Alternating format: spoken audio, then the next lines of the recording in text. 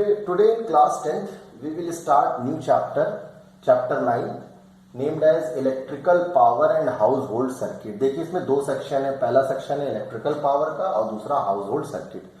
तो आज के उसमें हम लोग इलेक्ट्रिकल पावर पढ़ेंगे, बट इस चैप्टर का जो सिलेबस है वो हम लोग पहले डिस्कस कर सकते हैं। क्या क्या पढ़ना है? इलेक्ट्रिकल एनर्जी एग्जाम्पल पढ़ने, heater, motor, lamp, loud speaker के।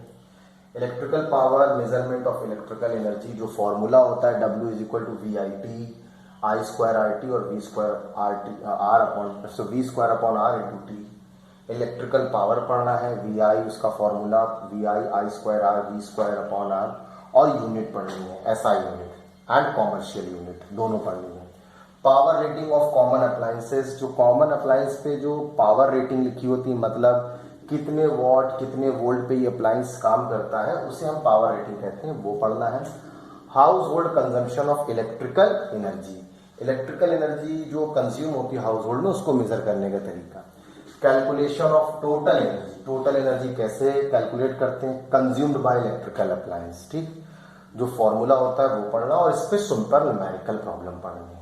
मतलब न्यूमेरिकल प्रॉब्लम आपको पावर, इलेक्ट्रिकल एनर्जी और हाउस होल्ड एनर्जी पे बेस्ड आएंगे। इसके अलावा हाउस होल्ड सर्किट वाले में आप लोग को क्या पढ़ना है?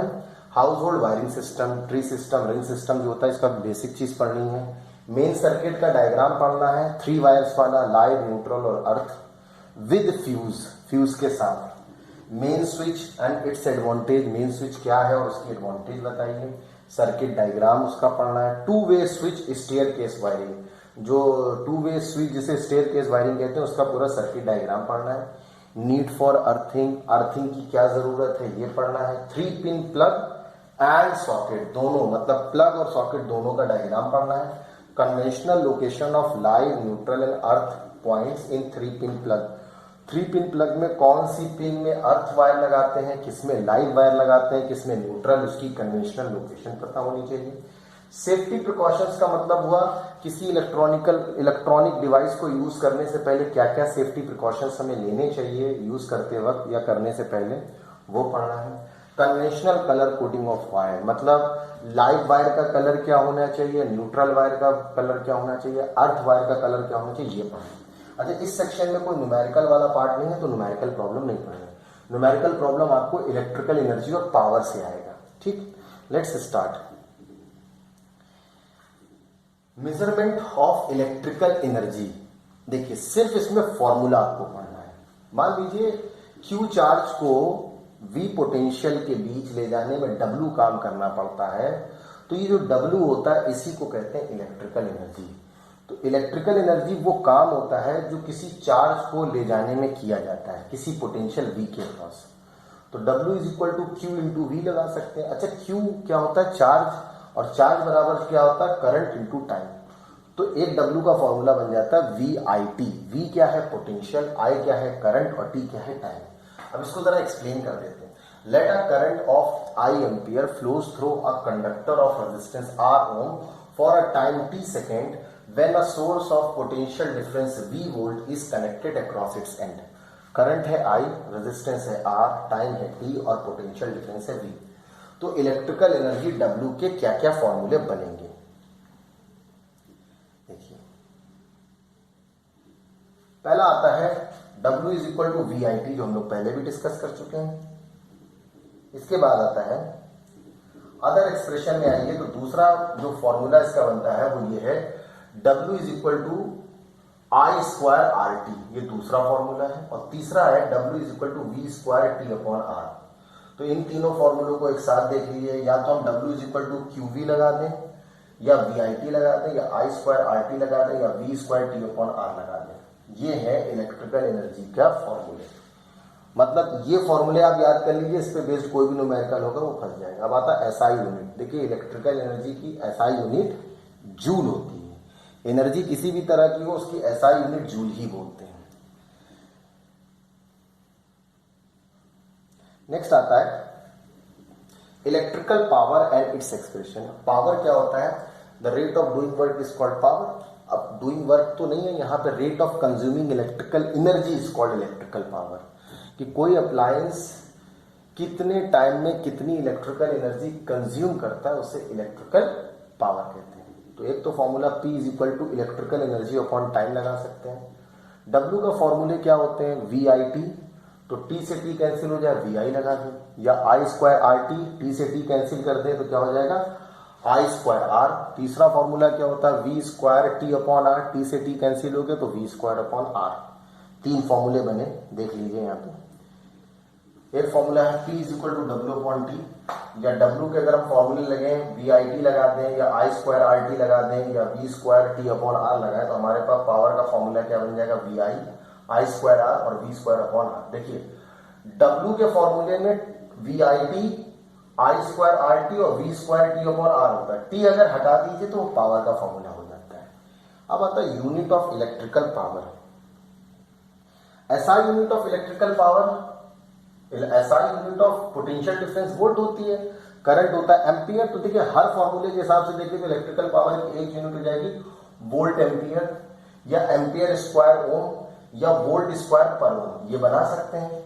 बट अगर देखें तो यहां से मेन पावर, मेन यूनिट बनती है जूल अपॉन टाइम, मतलब वर्क अपॉन टाइम या एनर्जी अपॉन टाइम लिखा है तो जूल पर सेकेंड। इलेक्ट्रिकल एनर्जी की पावर वोल्ट एम्पियर या वॉट या जूल पर सेकेंड, मतलब वॉट एक SI सिस्टम में डायरेक्टली हम वॉट बोलते हैं पावर को, MK सिस्टम में बोले तो हम लोग कह सकते हैं वोल्ट एम्पियर या जूल पर सेकेंड। ठीक, ये इलेक्ट्रिकल एनर्जी की पावर हो गई। अब क्या है, अगर कहा जाए व्हाट इज 1 वॉट, 1 वॉट को डिफाइन कीजिए तो the electrical power consumed is said to be 1 watt if a potential difference of 1 volt causes a current of 1 ampere to flow through the circuit। मतलब अगर 1 वोल्ट का potential difference 1 ampere के current को flow करा रहा है तो उसकी पावर हो जाएगी 1 वॉट। बिगर यूनिट में क्या आती है, किलोवाट। अब अगर पूछा जाए डिफाइन 1 किलोवाट तो देखिए 1 kilowatt is the electrical power consumed is said to be 1 kilowatt if the potential difference of that is 1000 volt causes a flow of current of 1 ampere through it. या हम कह सकते हैं 1 किलोवाट वो energy है 1000 what के बराबर जो होती है।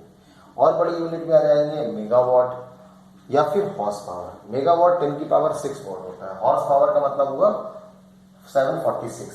देखिए ये 1 किलोवाट 1000 वॉट, 1 मेगावाट 10 की पावर 6 वॉट, 1 हॉर्स पावर 746। ये सबसे इंपॉर्टेंट है, हॉर्स पावर और वॉट के बीच का रिलेशन कई बार पूछा जा चुका है, इसको पढ़ लीजिए। नेक्स्ट है commercial unit of electrical energy. Electrical energy की कॉमर्शियल यूनिट क्या होती है, मतलब कॉमर्शियल यूनिट जो हमारे घर में मीटर लगा होता है उसमें जो रीडिंग होती है वो कॉमर्शियल रीडिंग कहलाती है, कॉमर्शियल यूनिट, और उसको हम कहते हैं यूनिट। 1 यूनिट का मतलब हुआ 1 किलोवाट आवर, मतलब इलेक्ट्रिकल एनर्जी की कॉमर्शियल यूनिट होती है किलोवाट आवर। तो the SI unit of energy that is joule and SI unit of what, क्या पावर क्या होती है वॉट, बट जो कॉमर्शियल यूनिट होती है वो होती है किलोवाट आवर या वॉट सेकेंड भी हम कह सकते हैं। ठीक है,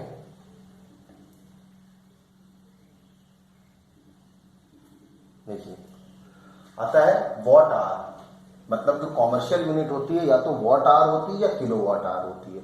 घरों में जो मीटर होती है उसकी एक यूनिट 1 किलोवाट आवर के बराबर होती है। तो पहला पूछा था what is 1 watt hour, important है, याद कर लीजिए। 1 watt hour is the electrical energy consumed by an electrical appliance of power 1 watt when it is used for 1 hour. मतलब 1 वॉट का इलेक्ट्रिकल अप्लायंस अगर 1 घंटा चले तो वो जो पावर यूज करेगा, एनर्जी यूज करेगा, वो 1 वॉट आवर होगी। जो 1 वॉट आवर की वैल्यू क्या होती है 3600 जूल। तो ये रिलेशन भी पूछा जाता है। सिमिलरली अगर आपसे पूछा जाए व्हाट इज 1 किलोवाट आवर, तो 1 kilowatt hour is the electrical energy consumed by an electrical appliance of power 1 kilowatt when it is used for 1 hour. अगर 1 किलोवाट का कोई इलेक्ट्रिकल अप्लायंस 1 घंटे चले तो उसकी जो एनर्जी कंज्यूम करेगा उसे हम कहेंगे 1 किलोवाट आवर। अब पूछा जाता है 1 किलोवाट आवर कितने जूल के बराबर होता है, तो 1 किलोवाट को हम कह सकते हैं 1000 वॉट, 1 आवर को लिख सकते हैं 3600 जूल। तो जब हम सॉल्व करेंगे तो 1 किलोवाट आवर की वैल्यू हो जाती है 3.6 इंटू 10⁻⁶ जूल। नेक्स्ट है power rating of common electrical appliance. Common electrical appliance की पावर रेटिंग के बारे में पढ़ते हैं। पावर रेटिंग देखिए अप्लायंस में लिखा होता है कि कितने वोल्ट पर ये कितनी पावर कंज्यूम करेगा, उसे हम कहते हैं power rating. Generally an electrical appliance such as electric bulb, geyser, heater, ETC is rated with power and voltage. For example, an electric bulb is rated as 100 watt into 250 volt. इसका मतलब हुआ अगर उस बल्ब को 250 volt पे connect किया जाए तो 1 घंटे में 100 वॉट एनर्जी कंज्यूम करेगा। It means that if a bulb is lighted on a 250 volt supply, it consume 100 watt electrical power. 100 watt electrical power, इसको ब्रैकेट में लिखा 100 joule of electrical energy is consumed by the bulb in 1 second. मतलब 100 joule 1 second में वो consume करेगा।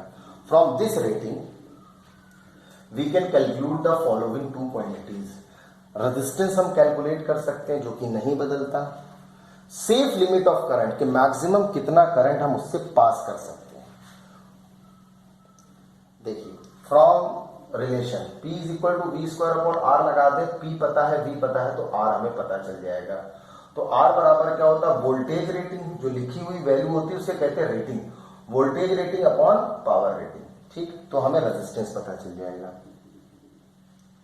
Current अगर हमें निकालना है तो कितना maximum safe limit of current हमें पता चल जाएगा। I is equal to power rating upon voltage rating. तो सेफ करंट मतलब अगर इस वैल्यू से ऊपर करंट जाएगा तो अप्लायंस काम करना बंद हो जाएगा। एग्जाम्पल देखिए, if a bulb is rated 100 watt and 250 volt, the resistance of its filament while glowing is क्या होगा। देखिए R बराबर क्या होगा, V square upon P। P is equal to V square upon R होता तो R is equal to V square upon P। Value रखे 250 का स्क्वायर अपॉन 100, आंसर कह रहा है 625 ओम। मतलब इस बल्ब को चाहे किसी भी सर्किट से लगाए उसका रेजिस्टेंस 625 ओम होगा ही होगा। अब कहा जाए सेफ लिमिट ऑफ करंट मतलब मैक्सिमम कितना करंट पास कर सकता है, तो P upon V maximum 0.4 ampere का करंट पास हो सकता है। अगर इससे ऊपर करंट जाएगा तो बल्ब फ्यूज हो जाएगा। नेक्स्ट एग्जांपल देखते हैं। If a bulb is rated 100 watt and 220 volt, it means that it will consume 100 watt power at 220 volt and the resistance of the filament by glowing will be 220 का square upon 100 that is 484 ओम। कभी भी ऐसा दिया हो तो पहले हम resistance निकाल सकते हैं और करंट निकाल सकते हैं, बाकी जो भी चीज चेंज की जाए उस पर हम लगा। अब कहें now if this bulb is lighted, मान लीजिए 220 वोल्ट पे 220 वोल्ट पे 100 वॉट ले रहा था, बट उस बल्ब को अगर 110 वोल्ट पर ऑपरेट किया जाए तब कितनी एनर्जी लेगा। तो सीधी सी चीज है, पावर बराबर क्या होता है, वोल्टेज का स्क्वायर अपॉन रेजिस्टेंस। रेजिस्टेंस तो बदलेगा नहीं, तो 110 का स्क्वायर अपॉन 484, तो मतलब 25 वॉट वो एनर्जी कंज्यूम करेगा। देखिए कितना बड़ा चेंजेस है। 220 वोल्ट से कनेक्ट कर रहे हैं तो 100 what per second energy consume कर रहा है, बट अगर 110 वोल्ट के साथ कनेक्ट करते हैं तो 25 what per second energy consume करेगा। अगर उसी चीज को 250 वोल्ट से कनेक्ट कर दें, it will consume a power equal to 129.1 watt per second. अब आते हैं household consumption of electrical energy. जो इलेक्ट्रिकल एनर्जी का हाउस होल्ड फॉर्मूला है वो पढ़ते हैं। देखिए जो हाउस होल्ड 1 किलोवाट आर होती है, ये इलेक्ट्रिकल एनर्जी के हाउस होल्ड यूनिट कहते हैं और इसे 1 यूनिट बोलते हैं। मतलब 1 किलोवाट आर का मतलब 1 यूनिट। तो 1 यूनिट बराबर क्या होगा, 1 किलोवाट आर। और 1 किलोवाट आर कैसे निकालते हैं, किसी अप्लायंस की पावर को किलोवाट में रखिए और टाइम को आवर में रख दीजिए, तो हमें ये पता चल जाएगा कि वो कितनी इलेक्ट्रिकल एनर्जी कंज्यूम कर रहा है। ठीक, अब अगर हम कहें पावर को वॉट में रखें, वॉट को अगर हम 1000 से डिवाइड कर देते तो किलो वॉट हो जाता। एक तो फॉर्मूला ये है power in kilo watt into time, दूसरा फॉर्मूला ये है power in what time in are और डिवाइडेड बाय 1000। अब अगर हम पावर का फॉर्मूला लगा दें, VI जो होता है, तो V इन वोल्ट मतलब पोटेंशियल इन वोल्ट, I मतलब current in ampere and time in are divided by 1000। तो अगर हम इसमें वोल्ट मतलब पोटेंशियल, करंट और टाइम रख दें तो हमें अप्लायंस की जो इलेक्ट्रिकल एनर्जी कंज्यूम हुई है उसकी हाउस होल्ड यूनिट पता चल जाएगी। अब आते हैं हीटिंग इफेक्ट ऑफ करंट में। किसी अप्लायंस में जब करंट फ्लो होता है तो वो हीट प्रोड्यूस करता है, तो ये किन बातों पे डिपेंड करता है, तो तीन फैक्टर पे डिपेंड करता है। Number 1, on the amount of current passing through the wire. Current बढ़ेगा तो हीटिंग इफेक्ट बढ़ेगा। On the resistance of the wire, resistance बढ़ेगा तो हीटिंग इफेक्ट बढ़ेगा। तीसरा होता है on the time of the wire which current is pass through the wire, मतलब जितना ज्यादा टाइम करंट फ्लो होगा उतना ज्यादा हीट प्रोड्यूस करेगा। तो तीनों चीज के बढ़ाने पर हीट इफेक्ट बढ़ता है। तो सीधा सा लॉजिक है, डिपेंडेंस ऑफ हीट प्रोड्यूस, देखिए सीधी से H is proportional to I square, H is proportional to R and H is proportional to T। तीनों को मिला दे तो सीधे फॉर्मूला बन जाता है H is proportional to I square RT।